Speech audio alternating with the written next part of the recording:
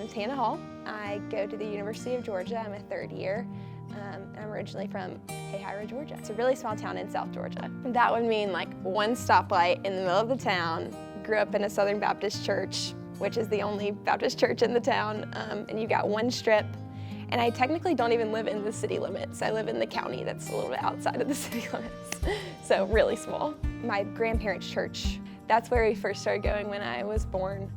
And I would say my first memory there was an Easter service, and we had an egg hunt. We're all running around. I was wearing a pink dress. I was like running through the woods trying to find little eggs. I actually got saved at Vacation Bible School, so it was a really early start for me. I was 11, and I remember them, my pastor, talking about Jesus and who this guy was. And I had been hearing about him my whole life, but I actually remember that day hearing that Jesus is someone who wants a relationship with me, and they phrased it as they do of wanting Jesus in your heart. And I was like, I don't want to go a day without having Jesus beside me and having that support, having that guidance, having that love around me all the time.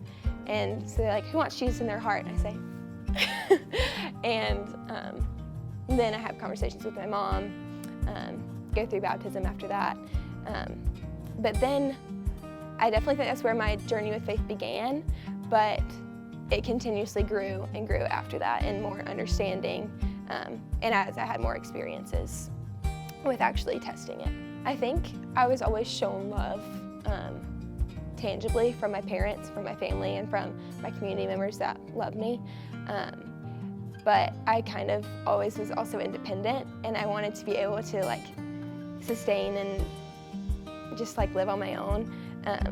But I would get frustrated when I didn't know how to do something, or I would be like feeling alone.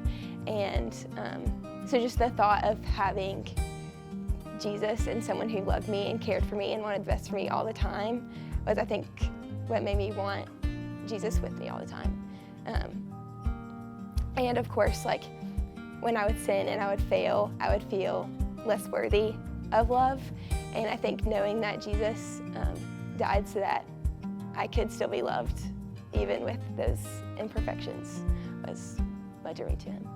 When you're saved at such a young age, or when I was saved at such a young age, there was always some doubt that would step in and say, like, was I really capable of making that decision at 11, of accepting Jesus into my life and experiencing salvation? And I think I would go to these like youth conferences that are bigger churches and hear these sermons and hear the gospel preached, and then think, is that actually me? Like, am I actually like invited into that, or did I already make that decision, or should I make it again? So I think I responded to a lot of service calls, and I think I got saved like 15 times over because I just wanted to make sure. And then it was in high school that I got really involved with a youth group that was in a bigger town, a little closer by, and I got to talk through my faith with people my own age. And that's something different than I had experienced before, because my home church is a lot of older people who poured into me a lot, but they were obviously in a different place in life than me. So I think it was different for me in high school to be able to talk to them about their own experience with faith and just talk through these doubts, talk through these thoughts that I was having. And it was at a mission trip in my sophomore year of high school where I sat down with my leader and I just asked, like, how do I know? Like, how do I know that I'm truly saved? And he just sat with me and he was like, if you know that Jesus is Lord, if you profess to him that you need him, then you are. And he pointed out scripture that tells me that. And we just prayed against the doubt. And since then, I've just been completely secure in who I was in Jesus. So kind of in high school is that ups and downs I was talking about, is definitely those relationships. And I think it's also kind of central around this fear that I had that was always within me, of fear of death and dying, fear of losing loved ones, fear of being misunderstood, I think. And so that fear kind of pushed me to really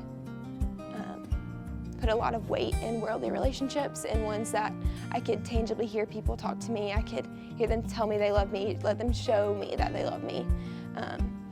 And I put a lot of weight in them so that anytime they failed, my whole world was shaken.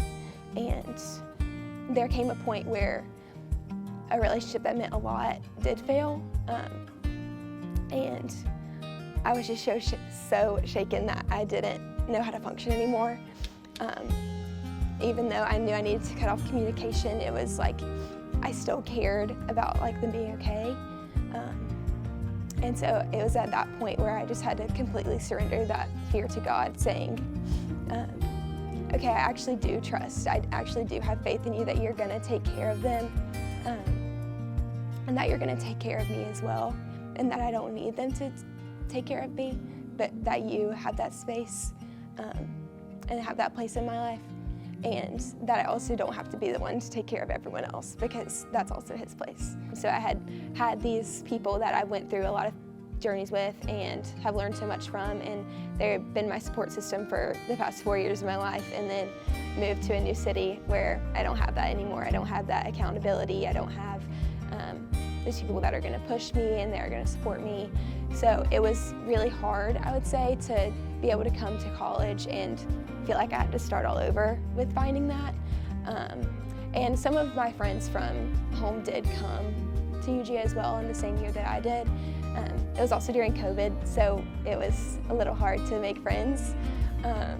But I'd say that really tested me, because I was meeting all these new people that came from all over